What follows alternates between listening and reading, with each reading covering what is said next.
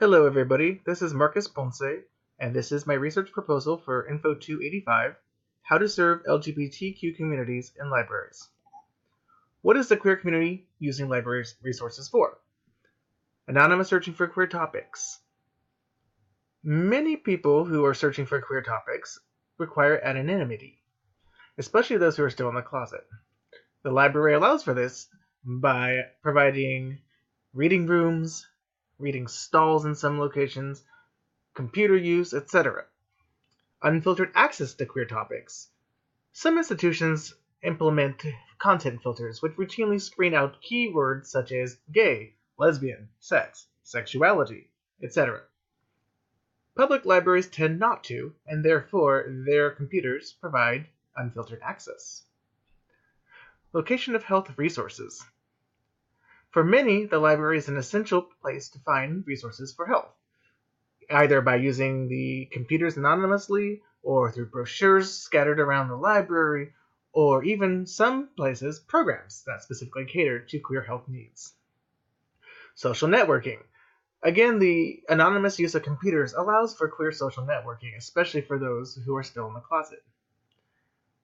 Increasingly, libraries are also being seen as a safe space for the queer community. Some general barriers to access include ignorance of available resources. Many people simply don't know the library has queer resources because they assume the library is purely academic. Fear of being outed. For some, the very act of asking about queer topics, in their mind, automatically outs people, even if this is not necessarily the case. Fear discrimination. Some fear if they ask librarians for information on queer topics, they're going to be discriminated against. This is especially true in places that have high instances of queer discrimination in the community at large. Lack of knowledge by staff. Nothing is more disheartening than asking a librarian or other library staff member for help locating queer resources and finding out they have absolutely no clue. Also, censorship can play a barrier to access. Either the library is incidentally censoring things just based off of very ingrained and unrealized personal biases, or even the community at large is requiring them to censor material. Some policy barriers to access. Many libraries require accounts to use resources. For some, the idea of having to log in with your personal information just to look up queer information or check queer resources out is a very, very daunting thing, and they're not going to use the library's resources because they don't want it tracked back to them.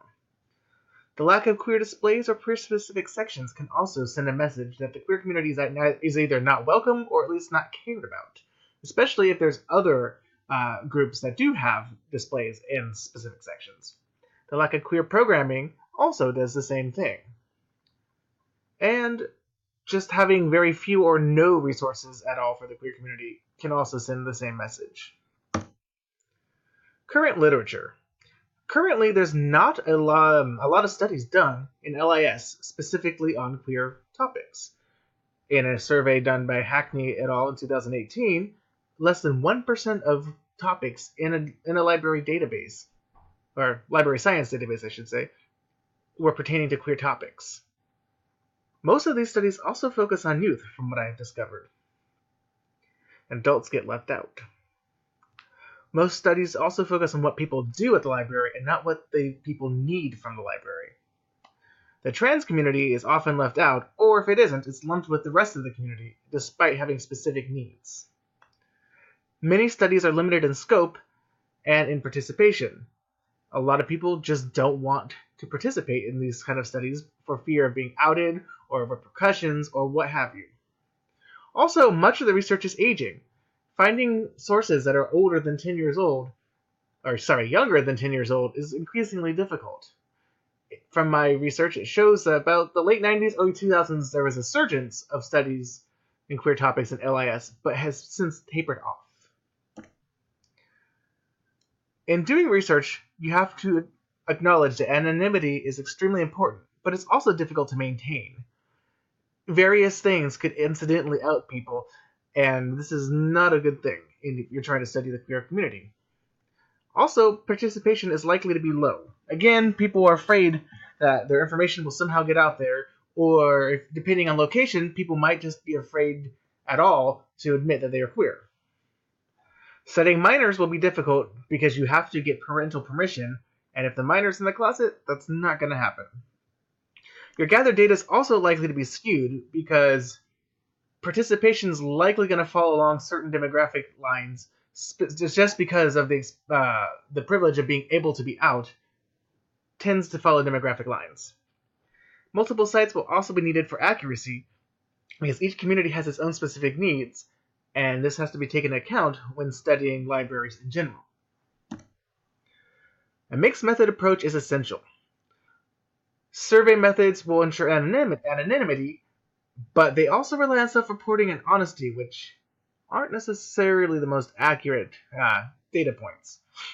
Participation also is low for reasons previously stated, and just because in general participations in surveys tend to be low. Interviews can fill in gaps that surveys cannot. They're more dynamic, so if you get an answer that you find interesting, you can start to veer the interview that direction, whereas in a survey, you're static. Anonymity in interviews can be difficult, however, because you're recording the session, and therefore, no matter how many steps you take to anonymize your interview, there's a chance that someone's going to be able to identify your interviewee. Combining both methods, however, does give a better picture of needs. For data collection, I've decided I would pick 4 locations, 2 urban and 2 rural. This is in part to contrast the differences between urban libraries and rural libraries, and also to get a better picture overall. I would visit each site rather than relying on third-party distribution. I would advertise the study ahead of time to garner interest. And I'd also make the survey part available online, just in case there are people who really don't want to hand it in person. I would table each location in addition to the online survey. I feel your presence there makes the research seem more important to people. I would also provide a stipend to entice interviewees because it's a bigger step and so it might need a little bit more of a push. I would conduct 2 interviews per site and vary the aspects of the queer community. In other words, I would try to find a variety of people from the community, not just 2 white gay men or 2 trans people of color. I want to find a variety of participants. Again, I cannot stress the importance of anonymity. These kind of studies can easily become disastrous if information is leaked because you've outed people, and that is not ethical. I would not collect names on the surveys at all, or the interviews for that matter. I would collect demographic data, however, to include in the results. I would allow for self-labeling on demographic questions because you don't want to accidentally exclude any particular group that you might not have thought of. I would not use real names in the interviews. I'd give everyone a code name. And I would provide the stipends in the form of gift cards or other forms of anonymous payment, such as credit gift cards. And I would also receive written permission to show faces or voices and find ways to anonymize them post-production. I believe this research is significant because it can lead to better resource procurement for libraries. It also makes the library an important resource to the queer community. It can lead to more inclusive policies and programming as well, and it's a good foundation for more specific research in the future.